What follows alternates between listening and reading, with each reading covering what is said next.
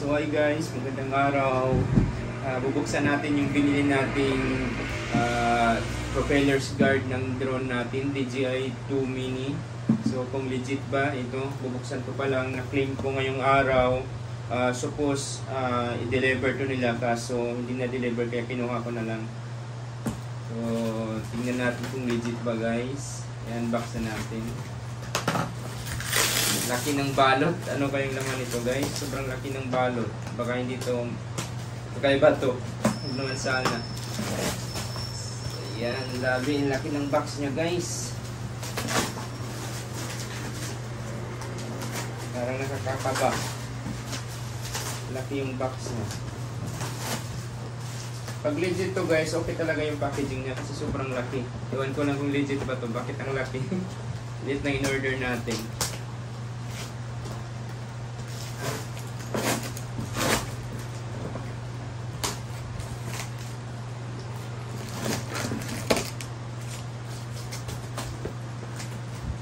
Kasi nadya lang nila to guys na sa carton ilagay para safe yung package or ano ba.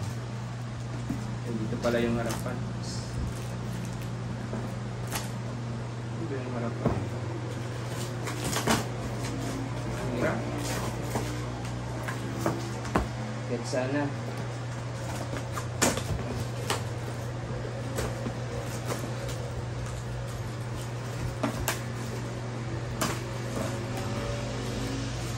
Yun guys, naka-carton pa talaga. So ito guys, ganda yung packaging niya. Sana legit.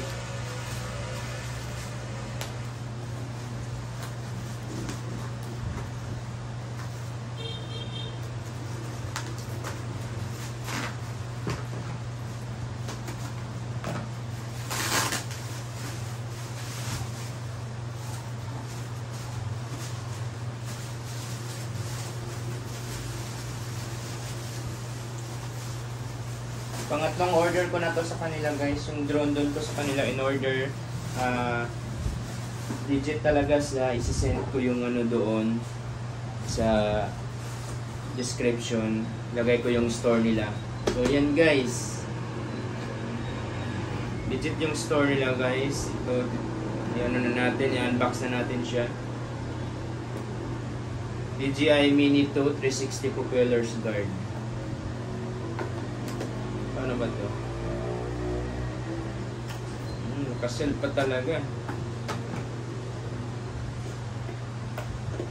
Namisa pa sa packaging nila. Nakasell pa talaga. So, yun guys. Wow. Legit talaga siya guys. From DJI siya. I think original to siya. Meron pa siyang guidelines paano paano magkubit. Meron siyang guidelines. So, nakatuwa guys. From DJI official store. So official store ko ito in order guys. So yun na guys.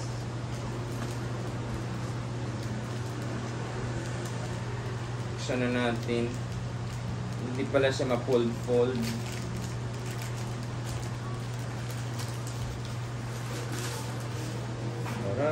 Yan na guys. Ito yung in-order ko. Try natin ito mamaya sa drone ko. Parang legit siya guys. Nag-order ako ng ganito worth of 930 kasama na yung delivery fee. Kasi pangatlong beses na ano yung drone ko. Lalo na pag walang space tapos ilalanding mo siya tapos gumagalaw-galaw siya, nababangga siya sa, for example dito sa may mga upuan. Na-try ko din yan sa may mga upuan, kumain kami doon, ako nagpalipad tapos pag landing ko ganyan, nagano yung hangin, nagganon yung nasira yung pakpak niya, yung propellers niya, kaya sobrang hassle. Pag merong ganito, susubukan natin na merong ganito kasi nakita ko rin dito sa Shopee. I think maprotektahan yung ano, try natin mamaya. So, yun lang guys. Successful yung unboxing natin. Worth of, yung napayaran ko lahat is 970. So, okay na rin. Solid na rin. Legit na rin. Nililink ko sa description yung store nila. Very legit sila guys. 100% I'm sure. Kasi doon ako nag-order ng drone nila. 21,000 yung in-order ko. Dumating siya well package. Katulad din ito, well package. Amazing. So, yun lang guys. Thank you.